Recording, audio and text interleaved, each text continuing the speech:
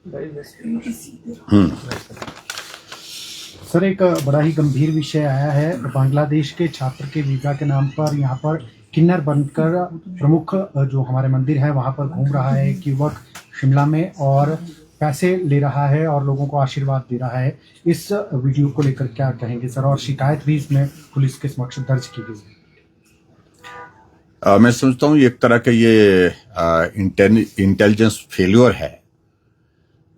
लड़का पढ़ाई करने के लिए आया है, देश का रहने वाला नहीं है, बांग्लादेश के रहने वाले हैं, और शायद वो मुस्लिम समुदाय से हैं, और उसके बाद हिंदू का रूप धारण करके यहाँ मंदिर में अलग अलग जगह जा करके जो किन्नर बन करके लोगों को आशीर्वाद दे रहे हैं, तो ये बहुत ही आस्था से भी खिलवाड़ है। और उसके साथ साथ में जिस पर्पस के लिए उनको वीजा मिला है उसका भी उल्लंघन है, क्योंकि स्टूडेंट वीजा के अंतर्गत वो हिमाचल प्रदेश में यहाँ पर हैं, जो जानकारी हमको मिली है। और इसमें कानून के मुताबिक जो कार्रवाई बनती है वो कार्रवाई होनी चाहिए।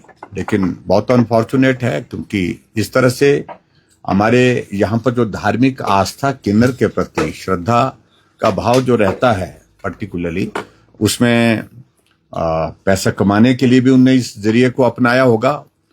और उसके साथ साथ में धार्मिक स्थानों पर जा करके अंदर जाना, अंदर घूमना, और उसके बाद वहाँ की सारी जानकारी हासिल करना, तो निश्चित रूप से ये चिंता का विषय है। और इस सारे मामले में पूछताछ भी होनी चाहिए, और जानकारी अगर ये सही है कि ये पाया गया है कि वो बांग्लादेश का है, तो नियम के मुताबिक, कानून के मुताबिक कार्रवाई भी होनी चाहिए। सर, इंटेलिजेंस का कितना बड़ा फेल्योर मानते हैं? बिल्कुल फेल्योर है। इंटेलिजेंस तो इस काम पे लगी ही नहीं है कि देश के अंदर या अपने प्रदेश के अंदर क्या क्या हो रहा है। इंटेलिजेंस तो एक ही चीज को के लिए लगा के रखी है आजकल के बीजेपी के नेताओं की जो है वो लोकेशन क्या है, उनके फोन जो है सर्विलेंस पर है।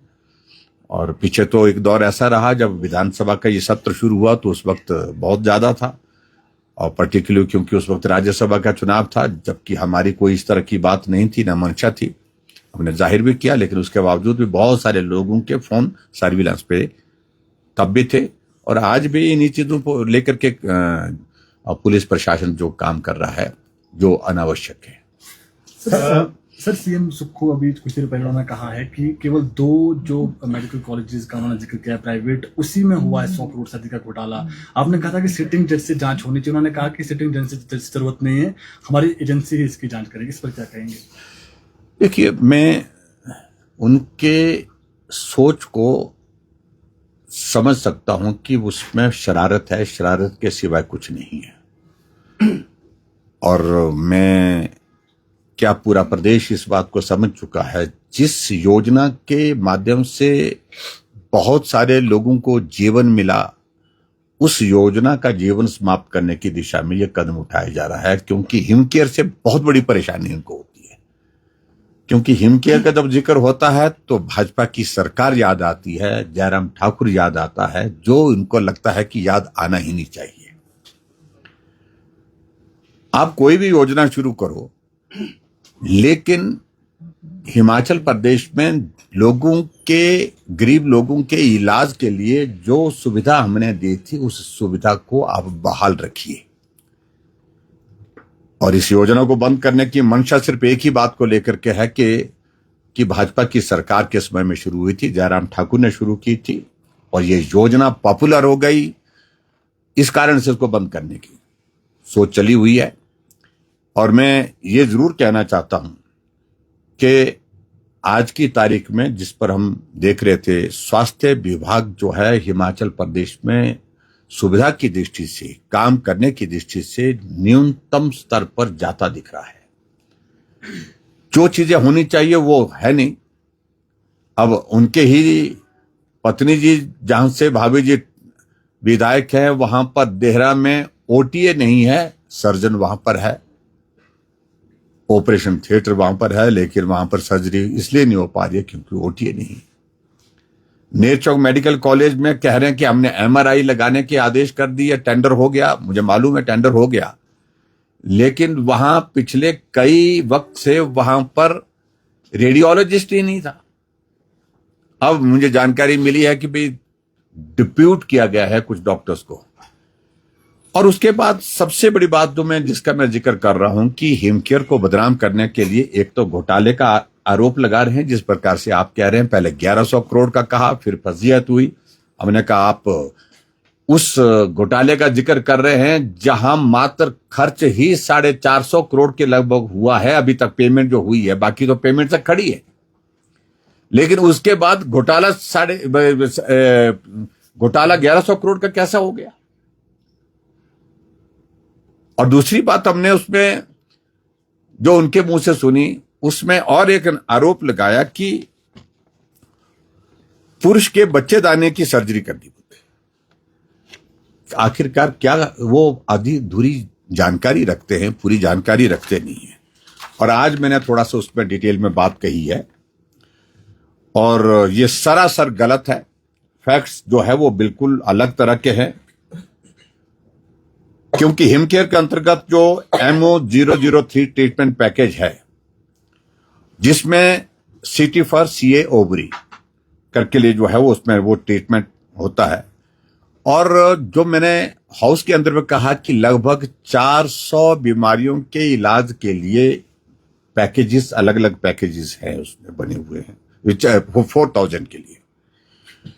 और वो जो कवर्ड है हिमकेयर और आयुष्मान भारत के अंतर्गत, लेकिन बहुत सारे बीमारियों के पैकेज अभी तक जो है उसमें जो है जिस तरह से डिफाइन होने चाहिए थे, कुछ जगह अभी तक नहीं है। तो इसलिए उसके नजदीक जो उसमें जो कवरेज के लिए जो पैकेज उनको दिखता है उसका जिक्र करते हैं डॉक्टर। और उसमें मैं ये बड़ा स्पष्ट कहना चाहता हूं, इस पैकेज की जो है कॉस्ट जो है लगभग 19,000 है। और उसमें मैंने जिक्र किया है कि एक 37 साल का, एक 50 साल का, एक 71 साल का, एक 12 साल का एक बच्चा भी, जिसमें जो कैंसर के पेशेंट हैं जिनकी सर्जरी नहीं हुई है, उनका ट्रीटमेंट हुआ है, ये मैं उसका जिक्र भी कर देता हूं। जो लाइफोडक्स एंड कार्बोप्लेटिन, ये जो है वो उसका नाम है इस दवा का, जो मेडिसिन का जिसका इस्तेमाल किया 28 दिनों के लिए जो है वो होती है। उसका ये कीमो ही एक तरह की जिस तरह से होती है, अलग अलग तरह की होती है, लेकिन कीमो का ही है एक वो है, ये प्रकार है ये जिसका मैं जिक्र कर रहा हूं। और इसलिए गलत तरीके से उसको बदनाम करना, ये सारे के सारे पेशेंट जो है वो सारे कैंसर के पेशेंट हैं जिनका ट्रीटमेंट हुआ है। और इस ट्रीटमेंट के अंतर्गत तो उनको जो है वो वहां पर हॉस्पिटल में ये पैकेज के अंतर्गत जो है वो इलाज किया गया है। अब मैं इसमें यही कहूंगा कि जिसने उनको गाइड किया है उसको उन्होंने अपनी ओर से शायद समझाने की कोशिश की, या तो उनको भी जानकारी की मतलब पूरी जानकारी नहीं थी। कोई एक बता रहे हैं, कोई मुझे मालूम नहीं है, वो हमीरपुर से ही नदौन से कोई डॉक्टर हैं जो उनके नजदीक आदमी हैं और जो एडवाइस करते हैं सारे मामलों को लेकर के, उनको ठीक जानकारी हासिल करनी चाहिए। ये बहुत दुर्भाग्यपूर्ण है। इस प्रकार से बेहुदा आरोप लगा करके इस योजना को बदनाम करने की साजिश चल रही है कुल मिला करके, और घोटाले के नाम से इस योजना को बंद करने का रास्ता बनाया जा रहा है, जिसका हम विरोध कर रहे हैं। सर, वो डॉक्टर अभिषेक है कौन जिनका आपने सदन में भी नाम लिया था? जानकारी तो हम भी ले रहे हैं, लेकिन हमें जानकारी मिली है और मुझे लगता है कि मुख्यमंत्री ज्यादा बेहतर तरह से बता सकते हैं, जो उनको एडवाइस करते हैं सारे कि क्या चल रहा है, क्या नहीं चल रहा है, किस प्रकार से क्या हिमकेयर को कैसे हमने बंद करना है, और रास्ते बता रहे हैं उनको। तो हिमाचल प्रदेश में जो ईंट हैं उसके 2 रुपए दाम बढ़ गए हैं, और इसके अलावा आगामी दिनों में 40 रुपए के आसपास जो है वो जो सीमेंट है वो महंगा हो सकता है। तो आम जनता के लिए इसका कहना है बोझ पड़ेगा। देखिए, जिस प्रकार से डीजल और पेट्रोल की कीमतों को बढ़ाने के लिए जो इनकी मंशा दिख रही है, उससे हर एक चीज महंगी होगी। राशन महंगा होगा, सीमेंट, सरिया, ईंट, सब कुछ महंगा होगा।